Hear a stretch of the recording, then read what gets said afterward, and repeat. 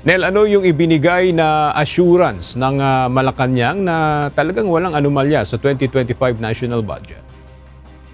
Yes, kinundi na ng Malacanang ang pinalutang na paratang ni dating Pangulong Rodrigo Duterte at mga kaalyado dito na may anomalya sa 2025 General Appropriations Act.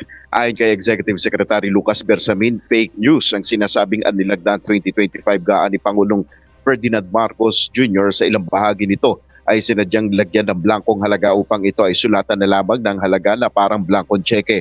Ayon kay ES Bersamin, dapat itong kondenahin dahil walang pahina sa 2025 national budget na hindi nabusisi bago lagdaan ng Pangulo bilang batas.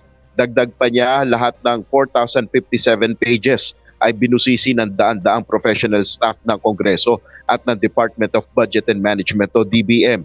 Metikuloso niya itong pinag-aralan line by line ng mga civil servants para matiyak na walang discrepancy sa mga inilalaang pondo. Imposible anyang iniwanang blanco ang halaga ng ilang items. Ayon pa kay ES Bersamin, maaaring tignan ng publiko ang 2025 GAA sa website ng DBM at makikita na walang programa, aktibidad o proyekto na may blank appropriations.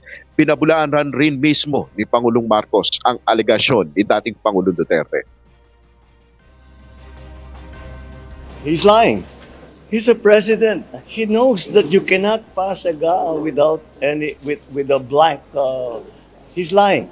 And he's lying because he knows perfectly well that that doesn't ever happen. Sa kasaysayan ng buong Pilipinas, hindi pinapayagan na magkaroon ng item ang GAA nang hindi nakalagay kung ano yung project at saka ano yung gastos, ano yung pondo. Hamon ng Pangulo, hanapin mismo sa naka-upload na kopya ng 2025 GAA sa DBM website kung may nakablangko nga ang appropriations. Yan muna ang ating update. Balik sa inyo dyan sa studio. Okay, maraming salamat, Nel Mariboho.